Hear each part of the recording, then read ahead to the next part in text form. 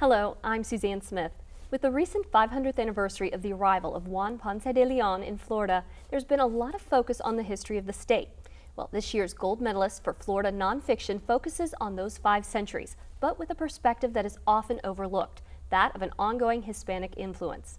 The book La Florida, 500 Years of Hispanic Presence was edited by Viviana, Diaz Balsera, professor of Spanish at the University of Miami, and Rachel A. May, director of the Institute for the Study of Latin American and the Caribbean at the University of South Florida. Thank you both for being here today.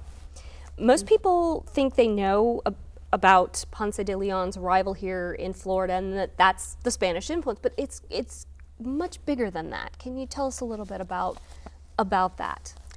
I think that the Ponce de Leon, first of all, was in many ways like an anointment of the land, which was Florida, which had to do, as everybody knows, with Pascua Florida, with Easter. But at the same time, it was a name that signified beauty and, in a way, had the optimism of redemption in many ways. And I think that the struggles that Spain had during its 300 years of presence here in Florida are very important in terms of knowing who we are today. It was not easy to be able to establish the connection with Florida. And I think that Juan Ponce de Leon, that's what it means. It means globalizing. It means a moment, the opening for good or ill of the globalization of Florida. Well, it's interesting that you know, people don't think that it was 300 years that the Spanish sort of ruled over Florida, but we still see that influence today. And Rachel, give us some examples of where people sort of see that influence today that they may not realize about. Of Hispanic. Well, I mean, I would echo what Viviana says, that the history of Florida is the history of globalization. We think of globalization as a very recent phenomenon, but it's really not. I mean, it's as old as, recorded history, really. But, and I would add too that we have this idea of Hispanic Florida being the discoverers, Ponce de Leon and his counterparts who, navigated the rivers and drew the first maps, and then a history, 450 years later of recent immigration from Latin America and the Caribbean. And really, it's a much more coherent narrative than that. And I think that working on this book really helped me realize how coherent this narrative is. I mean, we know the examples of everybody knows the examples of the importance of Hispanic influence on Florida. The food, the music, the place names, and the demographics of the state today. But it's not just about these kind of symbols of recent immigration. It's really a much more longer, coherent history than that. Why do you think people don't really understand how much, I mean, like you said, they understand some of these things like the music and the culture and things, but they don't have that connection to, it didn't just happen, it was something that's been going on for a long time. Why do you think that's been overlooked over the centuries, really? Because the 300 years of Spanish presence of Florida being a possession of Spain were not extremely exciting, or exciting in many, many different ways, but Florida never had full settlements. It just had basically St. Augustine, and then a little bit later Pensacola. So the whole history, or big parts of the history of Florida, really lies in St. Augustine in terms of the Hispanic presence, because they were not able to sort of like expand the Spanish influence in many other areas than that. So the problems were that Spain claimed it had possession of Florida, which was a very extensive territory at that time, but it didn't have the settlers to claim possession. It was a little warm here at that time. And so that was one of the problems in terms of like what was going on historically. It was a very arduous, very difficult story, but it was concentrated in basically the area of the northeast of Florida. There were not many high rises in Miami at that time. Okay. Or air conditioning. Exactly. So that's part of the reason, perhaps, why it has been a little bit more overlooked. That we have the sense of the foundation, which was Juan Ponce de Leon. We have a little bit of sense that St. Augustine is the first European sort of like permanent settlement in the United States, for good or ill. And so that's very important in terms of stories and imaginations of origins that are, like Rachel is saying, sort of like brings things together. And with the Quicentennial that you were sort of like pointing out, that's a moment where we stop and we think, we have to think, okay, this is the mark of time and the mark of history, and so we have to think about it. It's a moment of reflection, and it's a moment of tying things up a little bit more. So, because they did start 500 years, or well, a little bit more now, no? And I think that that is the importance, and that's what the book, it's going to be, in a way we hope that it would be producing, tying up a little bit more all the 500 years of, Spanish presence in Florida.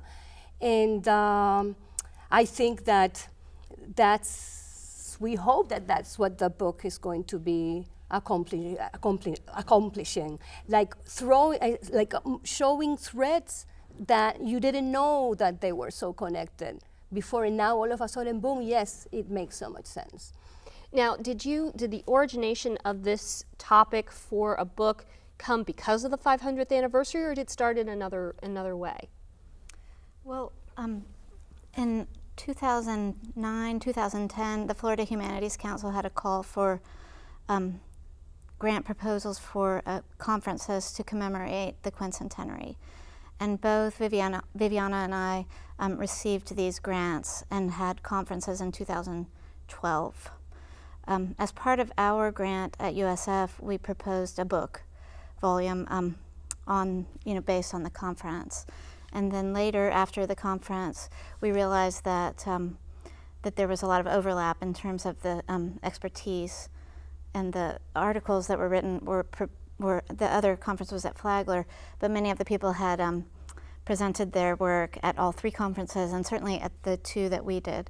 So we decided to come together and work together on this volume that came out of these two conferences. Now, often we talk to authors about what they were thinking or how did they do this research and stuff, but we don't always get to talk to editors. So were the people that you chose from this, were they all the people at the conferences, or what kind of things were you looking for from them to bring to this book? So, well, all of the contributors to the volume participated in one of the two conferences, and so they were very willing to come. The ones that have participated in both, they were very willing to come to produce the volume as part of our call for them. And so we wanted to choose articles and chapters that would sort of like go through the chronological time, but at the same time, it's not history. It's a book that it's multidisciplinary, and so it was going to be tying up the threads, both in a chronological way, but also from different perspectives like history, literature, art history, music, sociology, etc. So we chose the articles and the chapters that we thought that would be creating like this tapestry, if you wish, of Florida history and Spanish and so many other presences in Florida during this 500 years that were, in a way, sort of like enhanced or facilitated by the arrival of Juan Ponce de Leon. It's all his fault. It's all his fault, for good or evil. That's the metaphor of the origin of everything that has been going on since that time up to now. and also commemorating the victims, in a way, of the encounter. I mean, the people who could not sort of like make it in the new globalized world. And I hope that that is present also in the book, that it was a difficult, I mean, it was a time of encounter, but it was a time of enormous conflict. But it's too. a 500-year time. It's not just that time. Because Exactly. only a small part of the book actually deals with the very early years of Spanish exploration. Mm-hmm. And you also have the book sort of divided up. There's two parts to Yes. it. And Rachel, explain how you have the book divided, because it's part of the structure of how. Well, you Latin understand American history is typically divided into two parts: colonial history, which is the history of Spanish colonialism in the Americas, and modern history, which begins with whenever the Spanish left and the modern nation state began. With Florida, it's a bit more complicated because the period, there's a kind of vague period between the period where Florida was under Spanish colonial rule and where it was under the American period, or this national period. Well, and Spain actually was at one point, it was like separated by I think 20 years. They were in charge of Florida for a long time, and then got kicked out for 20 years, and then came back, and as Viviana said too, for the entire colonial period, they were really only nominally in charge in many ways, because they were never able to populate or colonize North America in the same way that they could in central Mexico or in South America. So Spanish colonialism was kind of tenuous, or even maybe imaginary in some ways.